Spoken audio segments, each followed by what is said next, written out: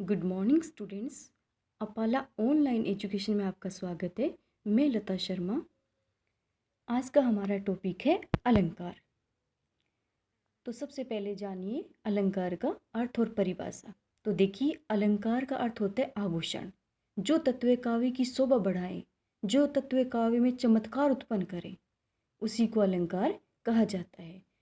और अलंकार दो प्रकार के होते हैं, जिसमें शब्दालंकार हम पढ़ चुके थे और आज हम देखेंगे अर्थालंकार। तो सबसे पहले जानिए अर्थालंकार की परिभाषा।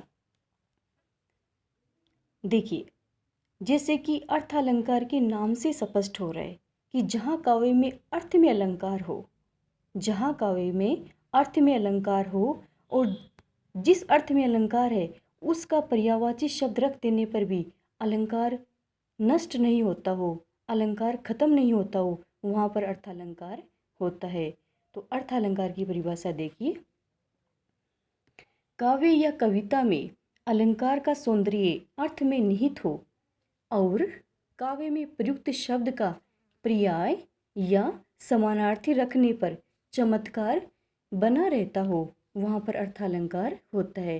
यानी अर्थालंकार कहाँ पर होता है कि जहाँ काव्य में या फिर कविता में जो अलंकार है वो अर्थ में निहित है और उसका पर्यायवाची शब्द रख देने पर भी अलंकार नष्ट नहीं होता हो, वहाँ पर अर्थालंकार होता है। अब अर्थालंकार में सबसे पहला हमारा अलंकार आता है उपमा अलंकार। देखिए, उपमा अलंकार, उपमा जो शब्द है वो दो शब्दों से मिलकर बना हुआ है, उप प्लस मा। उप का अर्थ होता है समीप और माँ का अर्थ होता है मापना, यानी समीप रहकर मापना, समीप रहकर तोड़ना।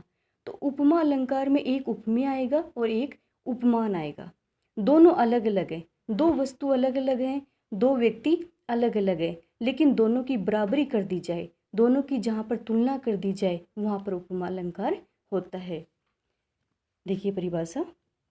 जब किसी वस्तु या व्यक्ति की विशेषता दर्शाने के लिए उसकी समानता उस गुण में बढ़ी हुई किसी अन्य वस्तु या व्यक्ति से की जाती है, वहाँ उपमा अलंकार होता है।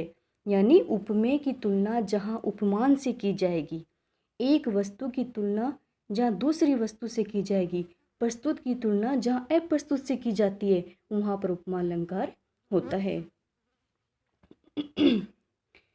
उपमा के अंग। उपमा अलंकार के 4 अंग होते हैं। सबसे पहला आता है उपमेय, दूसरा आता है उपमान, तीसरा है वाचक शब्द और चौथा है समान धर्म। तो देखिए, सबसे पहले आप उपमेय को जानिए कि उपमेय किसे कहते हैं। उपमेय जो प्रस्तुत है, जो हमारे पास है, उसे उपमेय कहते हैं। यानी जो हमारे पास होगा, जो प्रस्तुत होगा, उसको ही उपमेय कहा जाता है। दूसरा है उपमान, जो अप्रस्तुत है, जो हमारे पास नहीं है, जिससे हम किसी की बराबरी करने जा रहे हैं, उसको कहा जाता है उपमान। तीसरा आता है वाचक शब्द, यानी जिन शब्दों से किसी पद को जोड़ा जाता है, किसी वाक्य को जोड़ा जाता है, उसको कहा जाता है वाचक शब्द। और समान धर्म, समान धर्म का अर्थ होता है कि जिस शब्द से तुलना की जाती है, जिस शब्द से किसी की बराबरी की जाती है, उस शब्द को कहा जाता है समान धर्म। तो देखिए पहला एग्जाम्पल उपमा अलंकार का। ये एग्जाम्पल आप अपने ऊपर लेकर देखिए, ये अलंकार अच्छी तरीके से आपके क्लियर होगा। नन्ही कलियों आपका मुख चंद्रमा के समान सुंदर है। तो देखिए, यहाँ पर उपमेय भी है, उपमान भी है, वाचक शब्द भी है और समान धर्म भी है। तो नन्ही कलियों आपका मुख, मैंने आपको पहले बताया कि जो हमारे पास में है, जो प्रस्तुत है, उसको कहा जाता है उपमेय। तो नन्ही कलियों आपका मुख, ये उपमेय है।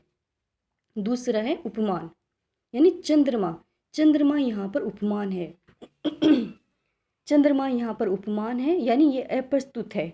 चंद्रमा से हम मुख की तुलना करने जा रहे हैं, इसलिए चंद्रमा यहाँ पर उपमान है। वाचक शब्द के समान, के समान से वाक्य जुड़ रहा है, इसलिए ये शब्द वाचक शब्द है। और समान धर्म, यानी सुंदर जो है समान धर्म है, किसी की तुलना, यानी आपकी तुलना सुंदरता के आधार पर चंद्रमा से हो रही है, तो सुंदर शब्द क्या हुआ, समान धर्म हुआ। नेक्स्ट एग्जाम्पल देखिए। पीपर पात सरिष मंडोला इसका अर्थ ये कि पीपल के पत्तों के समान मन डोल रहा है। तो पीपर पात यहाँ पर सरिश, मन और डोला, इनमें चारों में उपमेय उपमान वाचक शब्द और समांतरम है। तो पीपर पात यहाँ पर उपमान है, सरिस वाचक शब्द है, मन उपमेय है और डोला समांतरम है। नेक्स्ट एग्जाम्पल, पहली सा जीवन है व्यस्त, यानी पहली के समान जो जीवन है वो व्यस्त है। तो पहली सा, पहली यहाँ पर उपमान है, सवाचक शब्द है, जीवन यहाँ पर उपमेय है और व्यस्त यहाँ पर समांतरम है। पूर्णेंदु सा मुख खिल गया है, पूर्णेंदु यानी कमल सा, कमल सा मुख खिल गया है। तो कमल यहाँ पर उपमान हुआ, सवाचक शब्द, मुख उपमेय और खिल गया समांतरम। तो जहाँ पर किसी की तुलना की जाए, सा, समान, सरिश, तुल्य जैसा आदि शब्दों से किसी की बराबरी की जाए, वहाँ पर उपमा अलंकार होता है। तो उपमा अलंकार को एक बार फिर से जानिए। जहाँ पर दो वस्तु समान नहीं है, जहाँ पर दो वस्तु बराबर नहीं है, फिर भी दोनों की तुलना कर दी जाए, उपमेय को उपमान के बराबर बता दिया जाए, प्रस्तुत को अप्रस्तुत के बराबर बता दिया जाए, वहाँ पर उपमा अलंकार होता है। आज की क्लास में इतना ही। Thank you.